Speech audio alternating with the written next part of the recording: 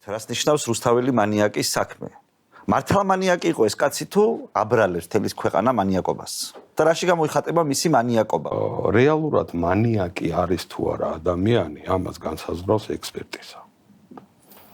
ფსიქიატრიული ექსპერტიზა. სამწუხაროდ ჩვენ არ მოგვეცა საშუალება, რომ ჩაგვეტარებია ეს ექსპერტიზა და დასკვნა ქონოდა ხელზე იმ მოტივით, რომ როდესაც ჩვენ დაკავებული შევასახლეთ ციხეზე, იმავე ღამეს მან თავი მოიკლა.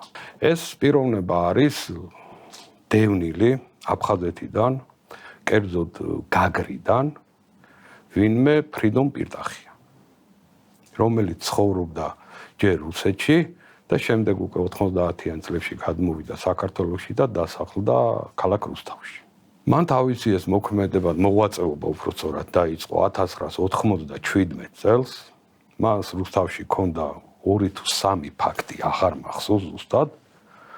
და ერთ-ერთი მორიგი მკვლელობა. ფაქტი ნიშნავს მკვლელობას. მკვლელობას, დიახ. და მკვლელობა ამ შემთხვევაში ვინ არის მკვდარი?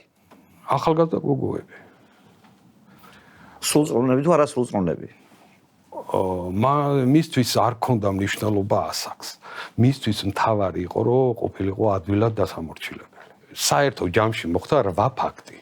8 მკვლელობა. 8 მკვლელობა, დიახ. ყველა ქალების. ყველა ქალები. დიახ. ქალების ნაწილი იყო გაუპატიურებული და შემდეგ მოკლული, ნაწილი იყო პირდაპირ მოკლული, მაგრამ ხელწერა მიუთითებდა ერთი და იგივე ადამიანზე. ამიტომ გენერალურმა პროკურორმა რა მეთოდებია მკვლელობის გამოყენებული? იარაღით სროლა დაჭრა? ძირითადად აღჭურდა. ოკეი. ასფიქსიით. გენერალურმა პროკურორმა მიიღო გადაწყვეტილება შექმნა საკმაოდ დიდი საგამოძიებო ჯგუფი, სადაც შევედით ჩვენ, ტრანსპორტის პროკურატურის თანამშრომლები და რუსთავის პროკურატურის თანამშრომლები. ეს რომელი წელია დაახლოებით, რომ მაყურებელიც მოგხვეს? არის ალბათ უკვე 2000.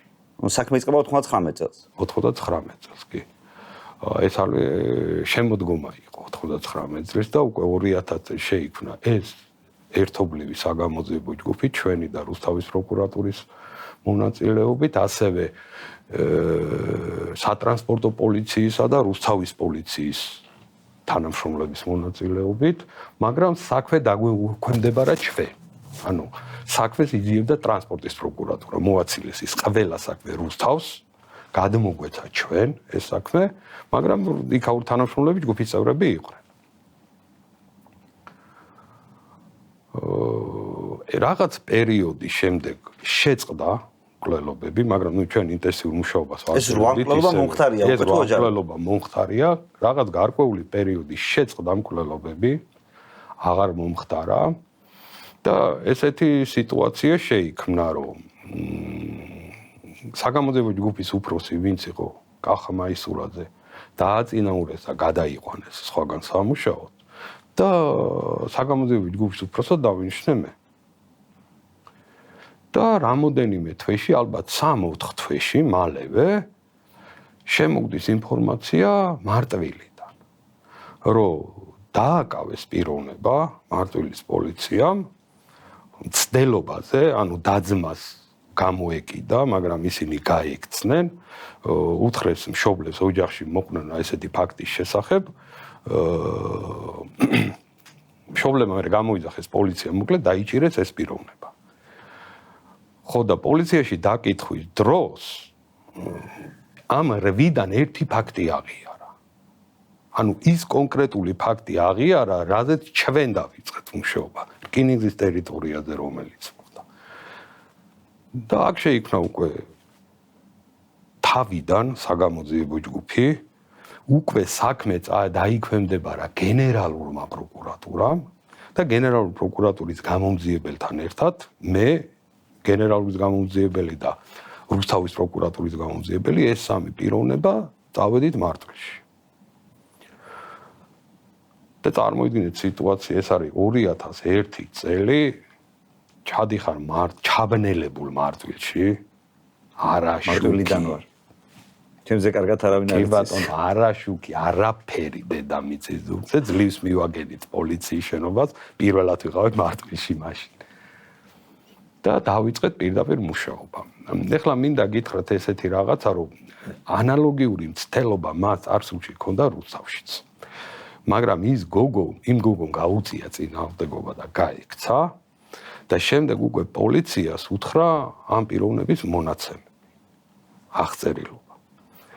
და როგორც კი შევხედე ამას და გაიარა, თალფეზე კოჭლობდა და გავატარეთ გაიაროს, აშკარა იყო ჩემთვის, რომ ზუსტად იმ პიროვნებასთან მქონდა. ანუ თქვენ ეს მანამდე როცა დაკითხვებსაც წარმოებდით, მაშინ თქვა ეს ვიღაცამ? კი, ეს იყო სადღაც ალბათ 2000-ის ბოლო. მაგრამ ამის მიუხედავად ვერ შეძელით მაშინ იდენტიფიცირებით. ვერა.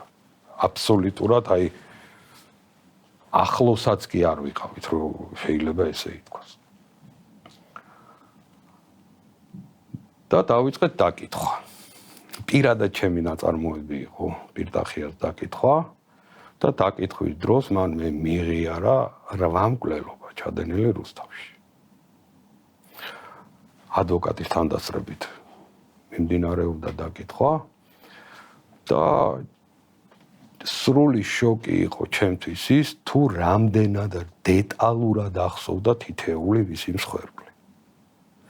თუ რა ეცვა, რა სამკაული ეკეთა, რა საუბრობდნენ ერთმანეთს, ანუ აბსოლუტურად დეტალურად ახსოვდა ყველაფერი.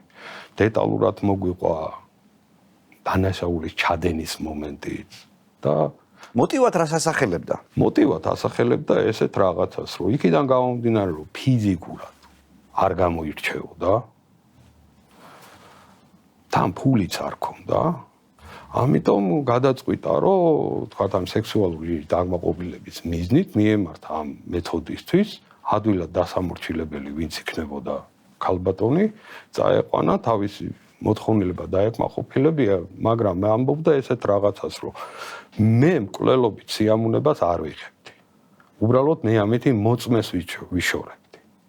რომ ქუჩაში არ ეცნოთ ჩემი თავი და არ დაეჭირათ. ამ მიზნით გლავდიო რა. დაკითხვის დროს ესეთი რამ განაცხადა. მაგრამ მე არ მასენებს დღემდე ერთი მომენტი. ადამიანმა, რომელმაც მიიღიარა 8 მკვლელობა. გაუპატიურების ფაქტები, ვერ აგიღწევთ რა საშინელებები მომიყვა მან. როგორ ხდებოდა ეს ყველაფერი. და ამის მიუხედავად ის ამატებს ზემოდან რომ თქვენ კიდე არიცით მე რა მაქვს გაკეთებული, ამიტომ მე სიცოცხლის ღირსი არა ვარ. მაგრამ იმაზე რომ მიმყავს ლაპარაკი და იქ უკვე ჩერდება, არ ამბობს. ანუ ეჭვი მაქვს რომ კიდე ქონდა რაღაც გაკეთებული, უფრო რაღაც აშინელება ალბათ. ვერ გეტყვით. მოკლედ მე მარტვილში შეიქმნა ცოტა დაძაბული სიტუაცია. უცებ გასკდა ეს ამბავი. მარტვილმა გაიგო, რომ ესა და ეს პიროვნება არის დაკავებული და რომელი სოფელი იყო, ხო არ გახსოვთ? ვაიმე სოფელი არ მახსოვს. მე იმ სოფელში არც ჩავსულ ვარ სიმართლე გითხრათ, მე მხოლოდ მარტვილში ვიყავი პოლიციისა და პროკურატურის შენობაში. და ხალხმა მოაწყო აქცია, რომ დაკავებული გადაგვეცა მათთვის, რომ ლინჩის წესით გაესამართლებიათ. იქიდან გამომდინარე, რომ უმართავი სიტუაცია იყო და ალბათ ძველი მარტვილის პოლიციის შენობაზე გახსოვთ, იმის აღებას არაფერი არ უნდა და მივიღეთ გადაწყვეტილება, რომ გადმოგვეყვანა თავიდან იყო მიღებული გადაწყვეტილება, რომ გადმოგვეყვანა ქუთაისის ციხეში. მაგრამ რატომღაც ბოლო მომენტში ეს გადაწყვეტილება შეიცვალა და თბილისში გადმოვიყვანეთ. ეხლა დანგრეულია ის ციხე, ორთაჭალის ციხე რო იყო მაშინ. შევასახლეთ 8 კაციან კამერაში. და იმავე ღამეს მოიკლა თავი. წვერის საფარცით ვენა გადაიჭრა. მაგრამ თავარი ის არის, რომ სიკვდილამდე ცოტა ხნით ადრე კამერაში მყოფ პირებთან გარდა ამ 8 ფაქტისა მოყვა კიდე ცალკე 5 ფაქტი, რომელიც მას ჰქონდა ჩადენილი სოჭაში, რუსეთის ფედერაციაში. თქვენ არ დაგჩენიათ, მაგალითად ეჭვები მასთან დაკავშირებით ამ კაცმა მართლა თავი მოიკლა თუ მოკლეს საკანში? რა თქმა უნდა დაგვრჩა მაგის ახლა მთელ საგამოძიებო ჯგუფს ჰქონდა მაგის ეჭვი, მაგრამ ჩატარდა ექსპერტიზამ არ დაადგინა არანაირი ძალადობის კვალი. ახლა ვიზუალურად გვამი ჩვენც ნახეთ და მას არანაირი აბსოლუტურად არც ცემის კვალი ეთყობოდა და არაფერი. და ექსპერტიზამაც დაადასტურა, რომ არანაირი ძალადობა მანზე არ იყო განხორციელებული, უბრალოდ ჰქონდა, აი ამ ადგილას ჰქონდა ვენა ამოგდებული. წვერი საფარცით. შემდეგ როგორ გაგრძელდა? შემდეგ მისი ჩვენებიდან გამომდინარე დავიწყეთ საგამოძიებო მოქმედებების ჩატარება კერძოდ. მის მსხვერპლებს რამოდენიმე მსხვერპლს ეკეთა ძირფად სამკაულები. მისი ჩვენებიდან გამომდინარე სამკაულების ნაწილი აჩუქა მეზობლებს, ნაწილი ჩააბარა ლომბარდში. ჩვენ ლომბარდიდანაც ამოვიღეთ და მეზობლებისგანაც ამოვიღეთ. ეს სამკაულები და გარდაცვლილის ოჯახის წევრებმა ამოიცნეს, რომ ეს ნამდვილად მათი ოჯახი, გარდაცვლილ ოჯახის წევრს ეკუთვნოდა ესენი. აქედან გამომდინარე, ბრალი იყო. ბრალის წარდგენა არ მოხერხდა გარდაცვალების გამო, მაგრამ აშკარად ყველანაირი მტკიცებულებები იქნა შეგროვებული, რომ რეალურად ფრიდომ პირდახია იყო ის პიროვნება, რომელიც კლავდა ამ გოგოებს და რომელსაც ვეძებდით ამდენი წლის განმავლობაში. თანამზრახველი არ ყოლია. არა მარტო იყო აბსოლუტურად და ყველაზე მნიშვნელოვანი ის არის, რომ მეზობლების დაკითხვა იყო ჩვენთვის აბსოლუტურად შოკი. ყველა აფიქსირებდა ერთი და იგივეს, რომ ესეთი წესიერი, წყნარი და პატიოსანი ადამიანი იმ უბანში არ დადიოდა. ეს რუსთავში თუ სამეგრელოში? რუსთავში ვამბობ, სადაც ცხოვრობდა. და ყველაზე მთავარი, რომ ჩვენ რო სადღაც მივდიოდითო, ჩვენ პატარა შვილებს ამას უტოვებდით. რომ მიაქციე ყურადღება, რომ ძირთადად უეზოში იჯდაო რა. კორპუსში ცხოვრობდა და კორპუსის ეს კამი და მაგი დაიყო. იქ და ეს ბავშვები რო თამაშობდნენ, დაახლოებით იმასაკის ბავშვები რა მსხვერპლი წყავდა ამას. ერთი ზედმეტი სამეზობლოში არაფერი არა აქვს ნათქვამი, აი ყველა ახასიათებს იდეალურად, რომ ამაზე წესიერი იმ უბანში არ დადიოდა არავინ. და სხვათა შორის მე რო წავიკითხეთ ჩვენ ლიტერატურა, ეს მანიაკის ერთ-ერთი თვისებაა რა, სადაც ცხოვრობს, მუშაობს და ყოველდღიური ურთიერთობა რომელ სოციუმთანაც აქვს, იქ არის როგორც ერთ-ერთი საუკეთესო, როგორც მეოჯახე, როგორც პიროვნება, როგორც პროფესიონალი, ანუ ოდნავადაც ოჯახის წევრები არ ყავდა? ეჭვს ვერ შეიტანენ. კი, ყავდა მეუღლე და იმ პერიოდში 15 წლის ქალიშვილი. მაგრამ მე როგორც მახსოვს ისინი ანუ ერთად არ ცხოვრობდნენ, ეს ქალბატონი იყო, მე მგონი თუ სწორად მახსოვს, რუსეთში წასული სამუშაოდ და შვილიც თან ყავდა.